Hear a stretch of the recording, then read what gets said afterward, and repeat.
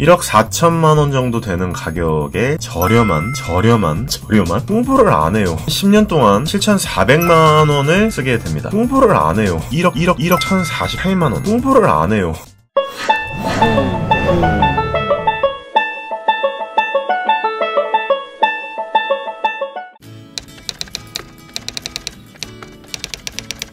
네, 안녕하십니까. 울트라비니군입니다. 제가 오늘 좀 말씀드리고 싶었던 내용은 얼마 전에 제가 글로 썼던 테슬라를 1년 동안 운용을 하면서 1주년 그 이후 테슬라에 대한 고찰이라는 글을 썼었고요. 1주년 동안 테슬라를 운용하면서 얼마나 경제적인 부분이 저한테 도움이 됐는지에 대해서 가감없이 한번 글을 써본 적이 있었는데 도움이 되신 분들도 있고 이거는 좀 거짓말이라고 얘기하시는 분들도 계셔가지고 다시 한번 영상을 좀 찍어보고 싶어가지고 영상을 찍고 있습니다.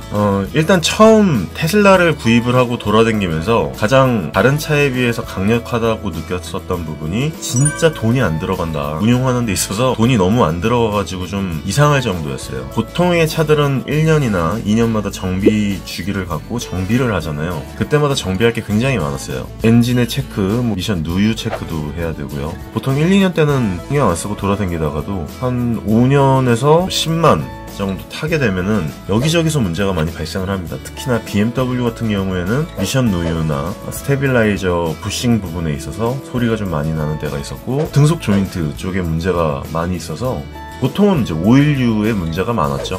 그러다 보니까 테슬라를 구입을 하고 돌아다니면서 자잘한 부분들에 신경을 정말 안 썼다는 게 되게 마음이 편하기도 하면서 사실 엄청나게 장점인데도 불구하고 하게 되는 이유는 많은 분들이 배터리 네가 아낀다고 아껴가지고 나중에 한 번 교체할 때 그 비용을 전부 다 지불하는 거 아니냐 이런 얘기들이 많이 있어요. 제가 이제 그렇지 않다라는 거를 이게 산술적으로도 계산을 해보질 않아가지고 말씀을 못 드리는데 이제는 제가 계산을 한번 해본 거죠. 그래서 아예 그냥 도표화 시켜버려 봤습니다. 중요한 건 이거예요. 테슬라의 모든 정비 내역입니다. 테슬라의 정비 플랜을 보면 너무 단순해가지고 이게 맞는가 싶을 정도예요. 목록 한번 볼게요. AC 대시컨트백 같은 경우에는 에어컨 옆에 있는 물받이통 같은 느낌이고 교체를 안 해도 되고 해도 돼요. 사실 이게 청소라는 개념이거든요. 그래서 브레이크 액 같은 거는 교체를 해주는 게 제일 좋고요.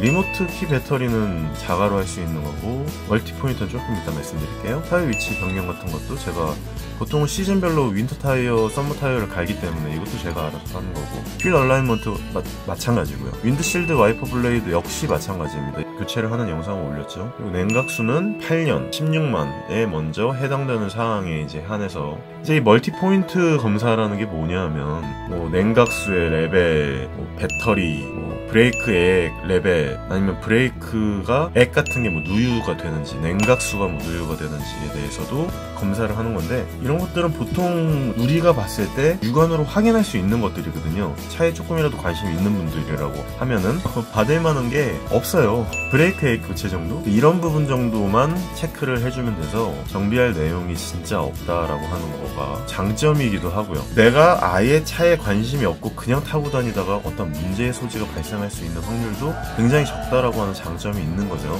자, 그러면 유지 비용에 대해서 제가 말씀을 좀 드려볼게요. 이게 좀 하이라이트긴 한데 테슬라 같은 경우에는요 포르쉐 파나메라 4S랑 비슷합니다. 스펙이랑 크기에 한해서 말씀드리는 거지 제가 어떤 포르쉐 주행 성능 혹은 그런 감성적인 부분 이런 것들에 대해서까지 똑같다고 말씀드리는 건 절대 아니니까 포르쉐 오너분들은 너무 기분 나빠하시지 말길 바랍니다. 그냥 단순하게 스펙적인 부분에서 그냥 비슷하다라고 말씀을 드리는 거예요. 포르쉐 같은 경우에는 파나메라 4S 같은 경우에 1억 7천부터 시작을 하는데 어느 정도 이제 파나메라급을 타시는 분들이 크로노 패키지도 넣을 거고 PSSD도 넣을 거고 진짜 여러 가지 것들을 거의 다 넣을 거란 말이에요. 그러다 보니까 2억 2천 정도 2억 5천까지 호가하시는 분들도 봤는데 2억 2천만 원 정도 보통 타고 다니시는 것 같아요. 모델 S의 1억 4천만 원에 비하면 취등록세 취등록 포함인데 1억 4천만 원 정도 되는 가격에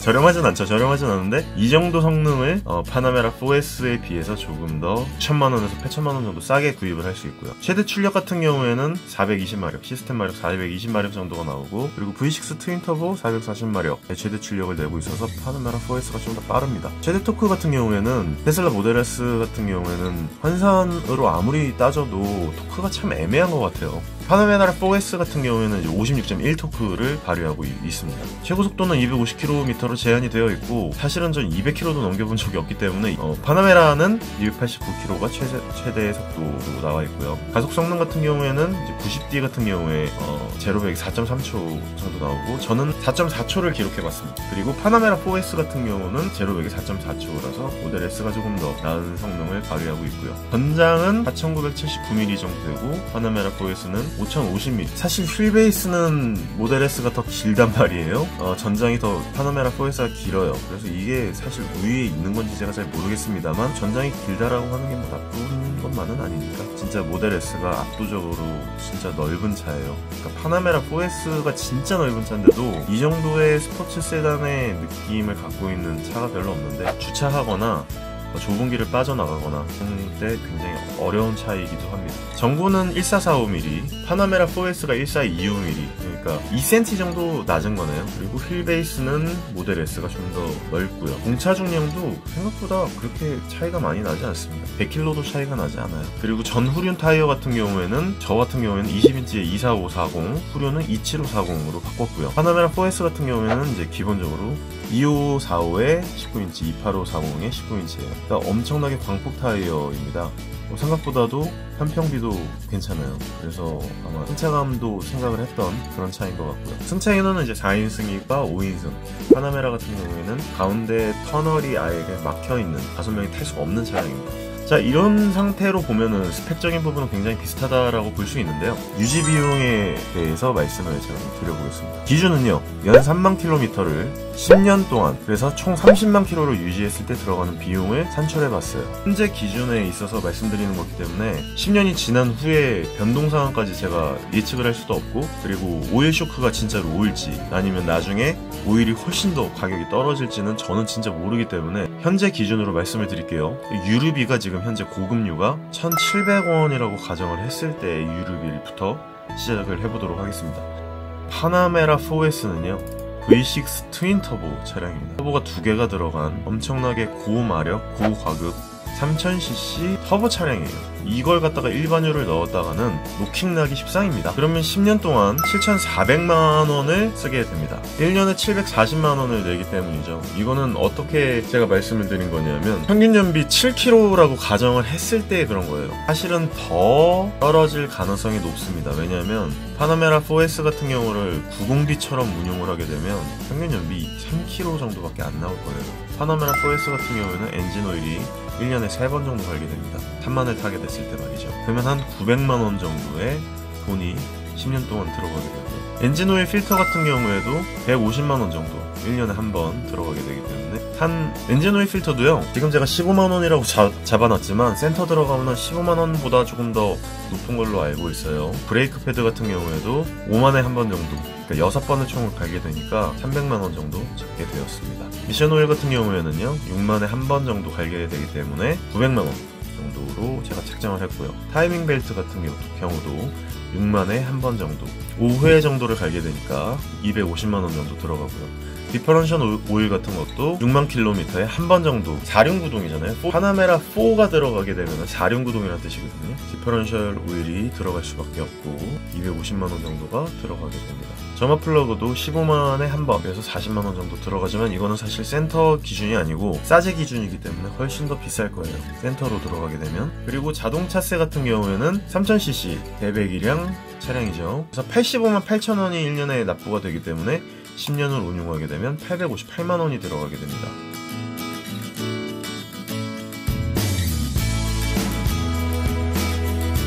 자, 그럼 이 정도만 따졌을 때는 메인 정비 내용이기 때문에 이 정도만 해도 1억 1048만원, 10년에 30만 킬로미터를 탔을 때 이 정도가 들어가게 됩니다. 자, 그럼 모델 S의 경우를 보죠. 유류비 제로입니다. 슈퍼차저로 충전하기 때문에. 엔진 오일, 엔진이 없는데 엔진 오일이 들어갈 리가 없죠. 엔진 오일 필터도 마찬가지고요. 브레이크 패드 같은 경우에는 테슬라의 경우에 회생 제동을 이용해서 거의 제동을 하기 때문에 보통 5만에 한 번 갈 거를 10만, 15만에 한 번씩 간다고 합니다. 근데 저는 그냥 10만에 한 번씩 간다고 치고 100만원이라고 잡았습니다. 그리고 실제로 100만원도 나오지 않는다고 제가 들었어요. 왜냐하면 모델 S 같은 경우에는 우리나라 현대 제네시스 폐에 들어가는 브레이크 패드와 브렘보임에도 불구하고 호환이 되기 때문에 굉장히 싸게 브레이크 패드를 교환할 수 있습니다. 그리고 타이밍 벨트, 엔진이 없는데 벨트 들어갈 일이 없죠. 디퍼런셜 오일도 들어갈 일이 없죠. 왜냐하면 그냥 모터가 앞뒤로 두 개 있기 때문이죠. 점화 플러그 없죠. 엔진이 없으니까. 자, 그러면 이제 자동차세만 남았는데 제 차량은 전기차라서 1년에 자동차에 대한 세금이 13만원입니다. 원래 13만원인데요. 두 번 한꺼번에 납부를 하게 되면 11만 7천원이에요. 그래서 111만 7천원이 아니고 저도 계산 잘못했네요. 117만원이네요.